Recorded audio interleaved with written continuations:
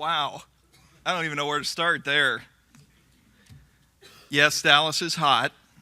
I will admit that. We had our hottest summer on record this year.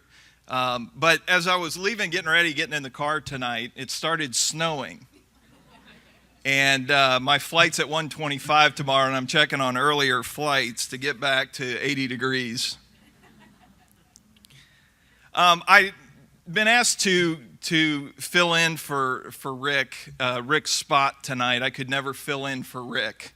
But what I wanted to do tonight was just give you a glimpse of a new direction that we're taking on, and I've been asked to take the lead on, and that is our parenting ministry and really giving an emphasis on parenting. What I love about the parenting ministry and the idea for Pure Hope is the way that I see the ministry is giving hope to parents. I'm the father of 3 teenagers. I need lots of hope. My 17-year-old daughter and my 19-year-old son, and then I have another 16-year-old son at home, are kids that have been raised in a culture that their mother and I, my wife of 20 years, Kathy, would have loved to have protected them from the culture. But we weren't able to do that. We realized that very early on. And I was drawn to this ministry for a number of reasons. And one of the biggest reasons that I was drawn to this ministry was because as a father, prior to even knowing about Pure Hope, I was burdened with this idea of, okay, I am to call my kids to a life of purity. And the overwhelming task as a father of those kids was, how in the world am I going to combat what Hollywood's telling them? How am I going to combat what the industry is spending billions of dollars on to teach my kids? And what I came to was this, and the Lord spoke to me through a number of different ways, some books that I was reading, some people I heard speaking. And this is what he said. He said, Dan, our job as parents, your job as Hayden's parent and Hannah's parent and Tucker's parent, is to deliver a more compelling story.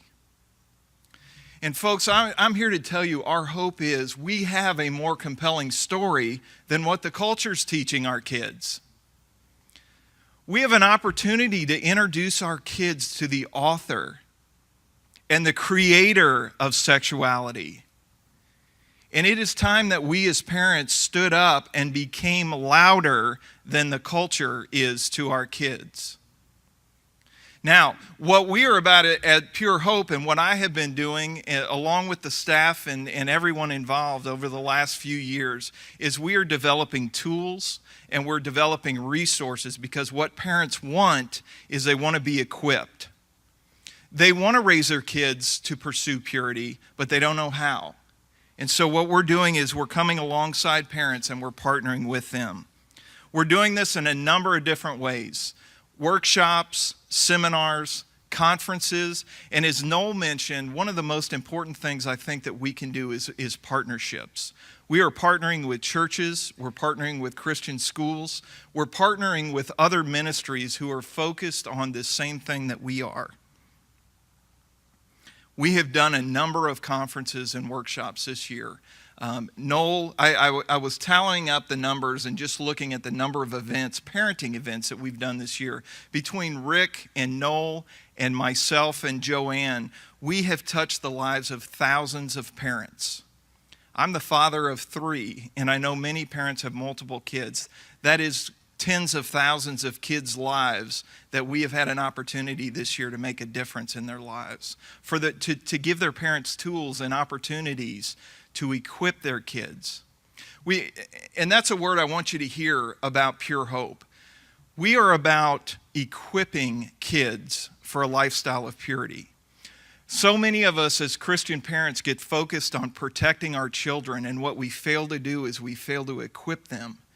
We do a great job of protecting, but we're not equipping them.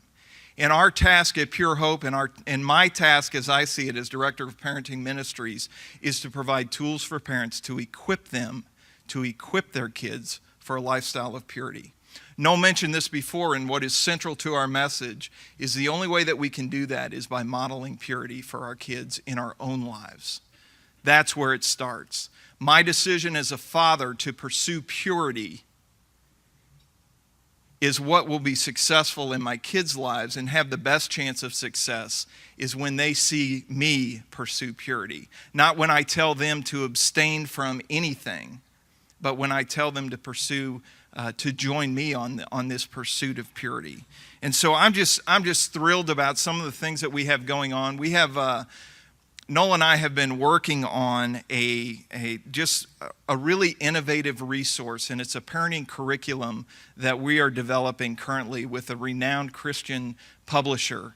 And we are very excited about this. We're currently piloting this program with 2 churches, one in Dallas and one here in Cincinnati.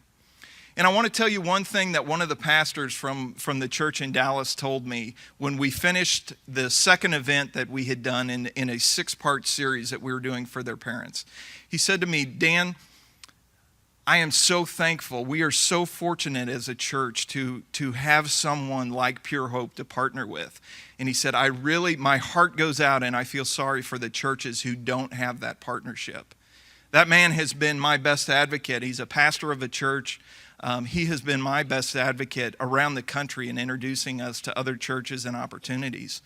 And I would ask you to think about that. How can we engage with the churches and the pastors that you know, that churches where parents are just getting bombarded with these messages and need tools?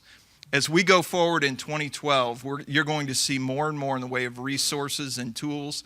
You're going to see our blog, as Noel already mentioned. We've got some written pieces that we are producing, and partnerships. I'm really excited about some of the partnerships that are beginning to develop with some national family ministries, just to take this to a different level. I'm excited to be here. I really am. I'm so privileged to be a part of this banquet tonight. It really is an honor for me as the remote employee within pureHOPE. They call me the Skype man, I think. I think my face is usually on a computer screen with the staff. But I'm just privileged and honored to be here. And Rick, thank you for losing your voice and allowing me to have one. But I love you, brother, and I'm so thankful for your leadership. Thank you.